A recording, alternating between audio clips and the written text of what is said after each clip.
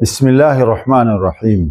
Assalamu alaikum warahmatullahi wabarakatuh. Ndugu zangu katika imani, tukiwa tupo katika mwendelezo wa mada yetu inayohusiana na ibada ya hija, ambapo jana tulizungumza kufahamishana ni nini ibada ya hija, lakini leo tukiwa tuko katika sehemu ya pili, tutamzungumza mtu ambaye ameweka azma au nia ya kwenda kufanya ibada ya hija.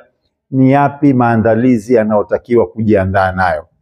Allah subhanahu wa ta'ala amelieleza hili katika Qur'ani.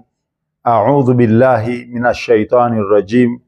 Faman faradha fihinna alhajja. Allah subhanahu wa ta'ala anasema yoyote yule ambaye atakuwa ameweka azma, amekusudia kwenda katika safari ya hija, fala rafatha, mtu huyu asitokwe na maneno machafu. Unapokuwa umeshaweka azma, umeshaweka dhamira ya kwenda kufanya ibada ya hija, kuanzia huku uliko mpaka safari yako unapokuwa kwenye hija, mpaka unapokuwa umerudi tena kutoka kwenye safari yako, jiepushe na maneno machafu. Maneno machafu yako ya aina nyingi sana. Kutukana ni maneno machafu, kusengenya ni maneno machafu, kufitinisha ni maneno machafu, na mengineyo mengi tu ambayo haya yanajulikana kama maneno machafu. Allah subhanahu wa ta'ala anasema wala fusuka, wala mtu asifanye vitendo vichafu. Ukishajijua kwamba mimi sasa naenda kwenye ibada ya hija, jiepushe na kila ya aina ya vitendo vichafu, kabla huja kwenda na unapokuwa katika ibada na unaporudi kutoka hija, ili ibada yako iwe imekamilika lengo lake. Lengo la ibada ya hija kubwa ni mtu kusamehewa makosa yake. Kwa hiyo unaposamehewa usirudie tena makosa.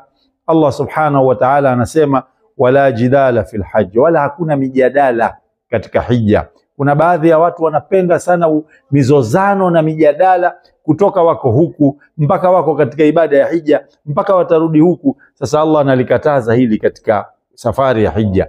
Unapokuwa katika safari ya hija, jiweke kando sana na mizozo na mijadala isiyokuwa na sababu. Na Mtume Muhammad sallallahu alayhi wa alihi wasallam katika kulitilia nguvu jambo hili, katika hadithi iliyopokelewa na Abi Hurairah radhiyallahu anhu, akasema man hajja lillahi, yule atakayekwenda kuhiji kwa ajili yake Allah subhanahu wa ta'ala. Anayekwenda kufanya ibada ya hija aende kwa ajili yake Allah subhanahu wa ta'ala. Usiende kama fashion, usiende kuonyesha watu, usiende kwa sababu wataka viewers na likes kwenye status na nini. Usiende kwa sababu mtu amekulazimisha kwenda, usiende tu kwa sababu umepelekwa. Nenda kwa sababu yake Allah subhanahu wa ta'ala, ukitaraji unatekeleza nguzo katika nguzo za Kiislamu, na Allah atakulipa kutokana na hilo. Mtume sallallahu alayhi wa sallam asema falam yarfuth, akawa huyu mwenye kwenda kwa ajili ya Allah hayakumtoka maneno machafu. Walam yafsuk, wala mtu huyu hayakumtoka mambo mabaya, hakufanya vitendo vibaya. Anasema Mtume sallallahu alayhi wa sallam raja ka yaumi waladathu ummu, mtu huyu atarudi kama siku aliyozaliwa na mama yake. Ndugu zangu katika imani, mada yetu ya leo inatufundisha mambo matatu kwa yule ambaye ameweka nia, amedhamiria kwenda katika ibada ya hija. Jambo la kwanza, mtu huyu anatakiwa ajieke kando na maneno machafu. Jambo la pili, mtu huyu anatakiwa ajieke kando na vitendo vichafu. Na jambo la mwisho, mtu huyu anatakiwa ajieke kando na mijadala na mizozo isiyokuwa na sababu.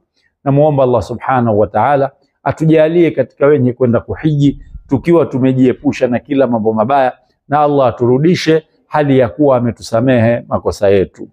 Wakumbushe Waislamu, Allah atakulipa.